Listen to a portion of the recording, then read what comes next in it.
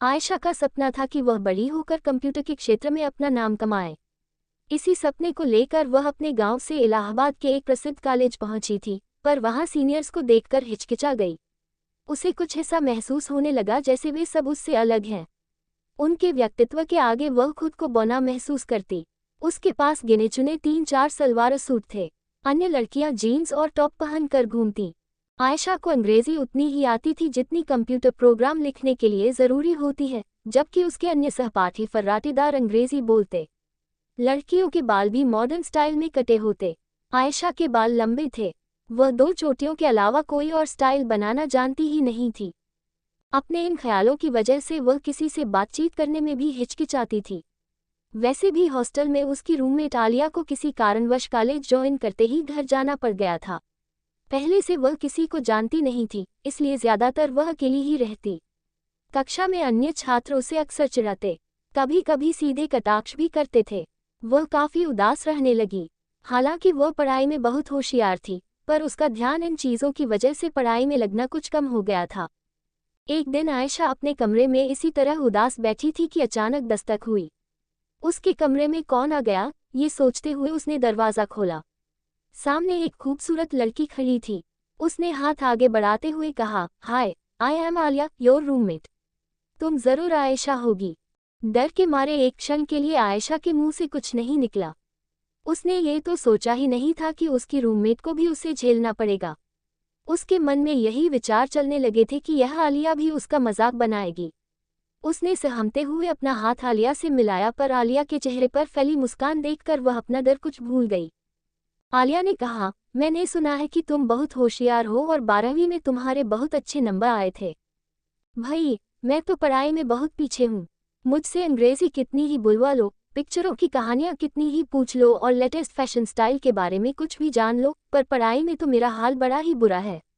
मैं तो ये जानकर खुश हो गई कि तुम मेरी रूममेट हो। खूब जमेगी अपनी, कहकर आलिया ने आयशा को गले लगा लिया। उसका चुलबुलापन देखकर आयशा भी मुस्कुराए बिना रह न सकी। दोनों ने मिलकर कुछ देर तक बातें की और फिर दोनों सो गईं।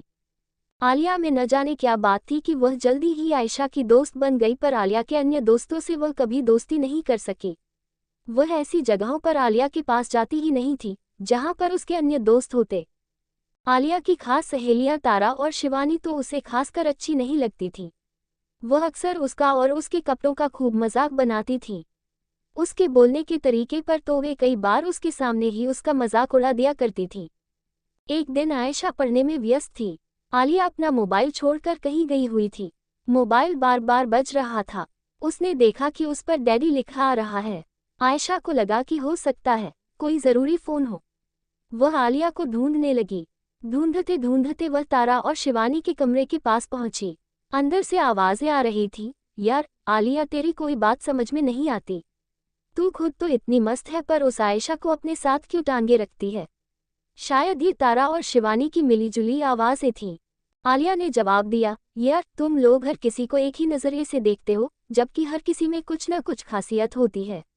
वह हमारी तरह मॉडर्न भले ही न हो, पर पढ़ने लिखने में हमसे बहुत आगे है। उसकी देखा देखी मैं भी थोड़ा बहुत पढ़ने लगी हूँ। ये सब बातें सुनकर आयशा की आंखें भर आईं। तभी आलिया का फ़ोन एक बार फिर बज उठा। आलिया और उसकी सहेलियों का ध्यान एकदम से फ़ोन लाने वाले की ओर गया। आयशा ने आलिया से कहा, मैं तुम्हें तुम्हारा मोबाइल देने आई थी। आलिया ने उसकी आंखों के आंसू देख लिए थे। वह अपना मोबाइल लेकर और सहेलियों को बाय कहकर अपने कमरे में आ गई। आलिया की मम्मी की तबीयत ठीक नहीं चल रही थी। पिछली बार भी उसको इसी वजह से घर जाना पड़ा था। उसकी मम्मी उससे बात करना चाह रही थी। बात खत्म होने के बाद उसने आयशा को देखा। वह बिस्तर पर लेटकर किताब पढ़ने की कोशिश कर रही थी। आलिया समझ गई कि उसका ध्यान पढ़ाई की तरफ नहीं है। वह सोचने लगी कि यदि इस तरह उसका ध्यान भटकता रहा तो उसकी पढ़ाई ठीक तरह से नहीं हो पाएगी। वह अब तक उसे अच्छे से जानने समझने लगी थी। आलिया उसके पास जाकर बैठी। उसने सबसे पहले उसकी किताब उठाकर साइड में रख दी, फिर उसका काले फ्रेम वाला चश्मा निकाल दिया। उसकी दोनों चोटियों को खोल दिया। आयशा उसे ध्यान से देख रही थी। वह समझ नहीं पा रही थी कि आलिया करना क्या चाह रही है। आलिया उसे उठाकर शीशे के आगे ले गई और कहा, देखो आयशा, तुम कितनी सुंदर हो। तुम कैसी दिखती हो इससे मुझे कोई फर्क नहीं पड़ता, पर मैं ये देख रही हूँ कि हमारी अन्य क्लासमेट्स को इससे फर्क पड़ता है और तुमको भी पड़ने लगा है। तो क्यों न इस बार कुछ ऐसा कर दे कि उनका भी मुंह बंद हो जाए और तुमको भी अपने पर कुछ एतबार हो जाए। बोलो, हो तैयार? आयशा के ये कहने पर कि उसे इन सब से कोई फर्क नहीं पड़ता, आलिया उसे चुपचाप देखती और सुनती रही। लेकिन अचानक आयशा फट पड़ी और जोर से चिल्लाए, हाँ पड़ता है मुझे फर्क। तुम्हारे अलावा हर कोई मुझसे बात करने से कतराता है। आज मैंने सुना कि तुम्हारी सहेलियां भी किस तरह मेरा मजाक उड़ा रही थी। मुझे सब फूहड़ गवार समझते हैं। वह रोती हुई बिस्तर पर औंधे मुंह लेटकर सुबकने लगी। आलिया उसके पास आकर बैठी और धीरे से बोली, अगर कोई और तुम्हें कुछ नहीं समझता है तो यह उसकी दिक्कत है, पर मेरे पास एक आइडिया है। तुम्हें मेरे अनुसार ही चलना होगा। 2 महीने बाद हमारे कॉलेज में ब्यूटी क्वीन का चुनाव होना है। तुम उसमें भाग लोगी और तुम्हारी पूरी ट्रेनिंग मेरे जिम्मे है। वैसे मैं फ्री में कोई काम नहीं करती हूँ, इसके बदले तुम्हें मुझे पढ़ाना होगा। आयशा उसकी ओर देखती हुई बोली, ब्यूटी क्वीन और मैं? दिमाग तो नहीं फिर गया है तुम्हारा? आलिया ने उसके होठों पर उंगली रखते हुए कहा, मैडम तुमको कुछ बोलना नहीं है, सिर्फ करना है।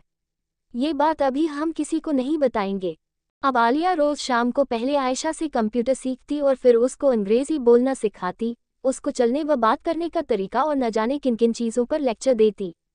2 महीने में आयशा काफ़ी फर्राटेदार अंग्रेजी बोलना सीख गई थी। प्रतियोगिता के एक दिन पहले उसे ले जाकर आलिया ने उसके बाल स्टाइलिश तरीके से कटवा दिए। खुद के अच्छे कपड़े आयशा को पहनाकर उसे ट्राई करवाती रहती थी। उसने अपनी सबसे अच्छी ड्रेस प्रतियोगिता के दिन आयशा को पहनने को दी। जब प्रतियोगिता के दिन आयशा को लेकर आलिया पहुंची तो कुछ क्षण के लिए किसी ने आयशा को पहचाना ही नहीं। प्रतियोगिता में तारा और शिवानी भी भाग ले रही थी, पर सभी आयशा को देखकर आश्चर्यचकित थे। मन ही मन दोनों सोच रही थी, रूप अच्छा बना लिया, पर भाषा का क्या करेगी। थोड़ी ही देर में जब जजेस ने प्रश्न पूछे तो उसके उत्तर सुनकर वे काफी प्रभावित हुए। आयशा जब ब्यूटी क्वीन चुन ली गई तो आयशा के साथ साथ आलिया की खुशी का भी ठिकाना न था। वह खुशी से झूम उठी। तारा और शिवानी ने उसे आकर बधाई दी और अपने व्यवहार के लिए माफी मांगी।